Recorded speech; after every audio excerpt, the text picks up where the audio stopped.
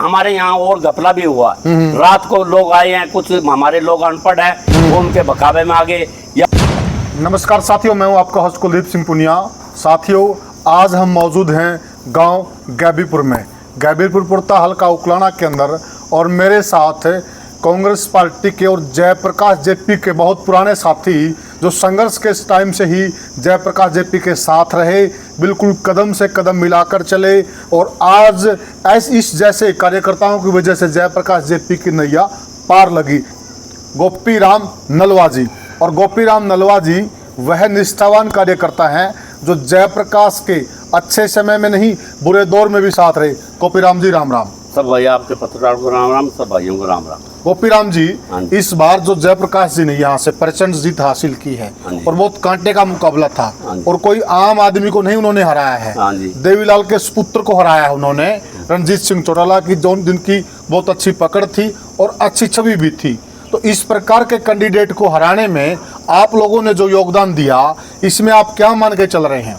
हम यूँ मान रहे हैं कि पहले जो एमपी रहे हैं, ये विधायक भी रहे हैं हमारे बरवाड़ा पुराना जब हल्का एक था जी, तो उसमें लोगों को इन्होंने काम किया है जी, और एमपी पद पे थे जब भी काम किया है जी जी। इनकी खुद की भी छवि अच्छी है जी, मतलब दूसरी पार्टी वाले चाहे इन पे 100 आरोप लगाए, जो हल्के वाले आदमी है, मेन आदमी जो जानते हैं, पब्लिक जानती है कि ये आदमी झूठा नहीं है, ये काम करने वाला आदमी है, तो काम करता है लोगों को। इसकी पहले 3 बार एमपी रहा, 1 बार विधायक रहा बरवाड़ा से, उसकी ये छाप थी। एक हर गांव में जयप्रकाश 200 आदमी के नाम लेके बोल देगा कि ये आदमी फलाना भाई इधर आ, और ये रंजीत तो एक का नाम बता दे, हल्के में किसी को नाम बता दे, और फिर मैं ओड बिरादरी से हूँ, तो मेरी ये ड्यूटी थी प्रधान जी पे तेरे ओडों के गाँवों में घूमना सबसे ज्यादा। मैं हर ओड गाँव में गया। हम ये भी आपसे बिल्कुल जानना चाहते हैं गोपीराम जी, क्योंकि जो इस बार ओड समाज का वोट है जयप्रकाश जेपी को बहुत हासिल हुआ है, क्योंकि हमारे पास आंकड़े भी हैं, हमारे पास उस चीज के पूरे आंकड़े हैं, रिजल्ट के साथ हमने आंकड़े जुटाए हैं।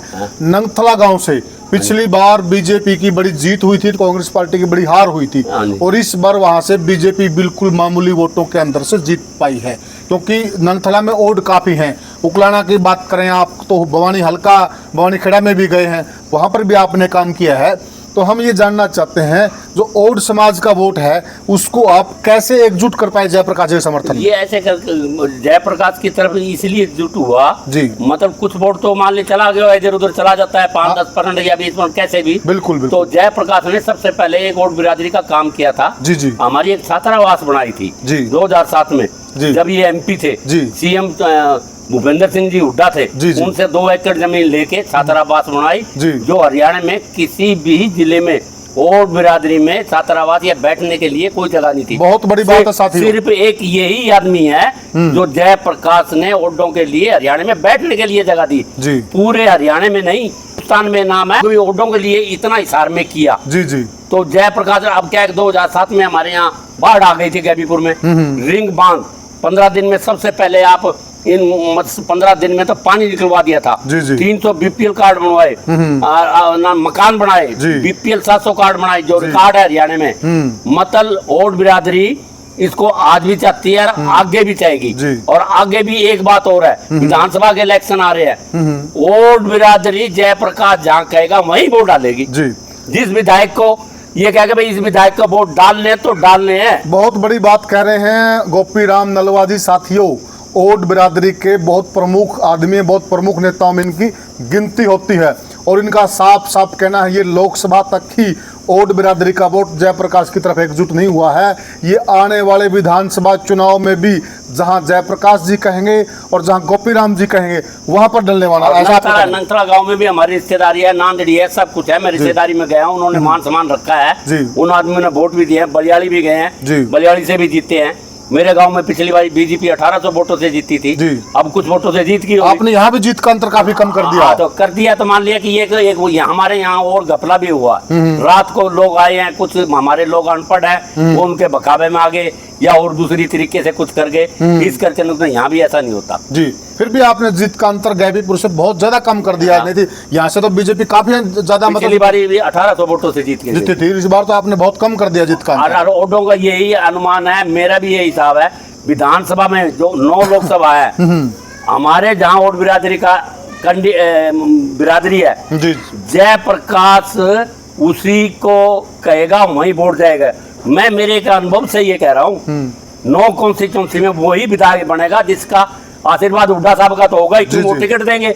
दूसरा आशीर्वाद जयप्रकाश का लेना ही पड़ेगा। जयप्रकाश की अच्छी छवि है, यहाँ से एमपी बन गए, जो उसके बगैर यहाँ कोई भी एमएलए नहीं बन सकता 9 लोकसभा। अच्छा, एक बात और बताइए गोपीराम जी, चुनाव के दौरान हमारी भी आपसे बात हुई है, क्योंकि समीकरण इस प्रकार के बन गए थे लास्ट के टाइम में, लग रहा था जयप्रकाश जेपी जी नहीं जीत पाएंगे, लेकिन आप बहुत दृढ़ संकल्प से कह रहे थे कि जेपी बिल्कुल जीतेंगे और भारी मतों से जीतेंगे। मैं तो ये कैसे था आपका अनुमान? ये अनुमान ये था कि हमने क्या कहा, शहरों में वोट कम आ सकते हैं। हाँ बिल्कुल। और हमने 12 बजे तक मैं अकाउंटिंग में थे, हम कांग्रेस में थे, कभी जयप्रकाश जी पीछे हो रहे, कभी आगे, हमारी भी धड़कने ऐसे ऐसे हो रही थी, तो हमारा भी कालजा, मैं वैसे यूं समझ जैसे अटैक्स आ जाएगा, गर्मी सी होगी, कभी 2000 से आगे, कभी 7000 से आगे, मैं क्या मारे गए।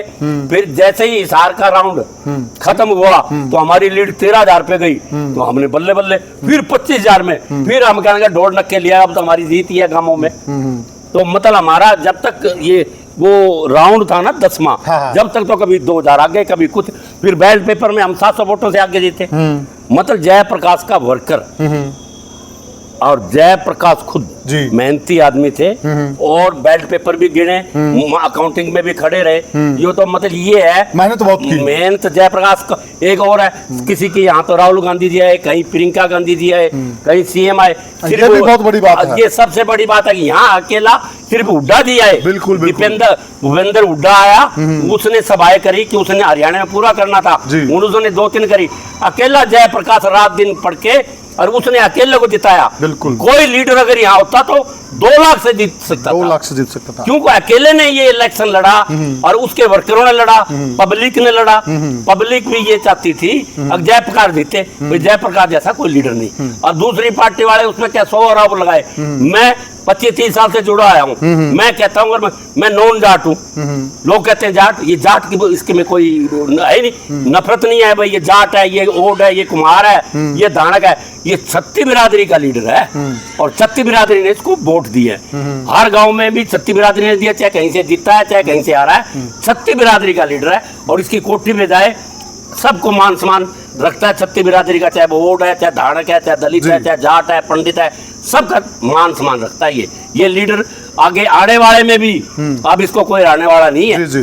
तो साथियों, जैसा कि आपने सारी बातें सुनी, गोपीराम नलवा जी का साफ साफ कहना है कि जयप्रकाश जेपी के साथ जो वोट बैंक जुड़ा है वो अभी के लिए नहीं जुड़ा है। यह वोट बैंक विधानसभा चुनाव में भी निर्णायक होने वाला है, साफ साफ कहना है। और जयप्रकाश जेपी वो इंसान है, वह नेता है जो सबको जोड़ के साथ चलता है, और मेरे जैसे लोगों को इन्होंने जोड़ा और अनेकों कार्यकर्ताओं को जोड़ा, और जो पुराने समय में जयप्रकाश जी के साथ थे और आज भी जयप्रकाश जी के साथ हैं। जयप्रकाश जी जो भी आदेश देते हैं हम उसकी पालना करते हैं। हमने चुनाव इस बार निडरता से और बड़ी सावधानी से लड़ा, काउंटिंग प्रोसेस को भी हमने बड़े बखूबी ढंग से लड़ा, और तब जाके हम ये जीत पाए हैं।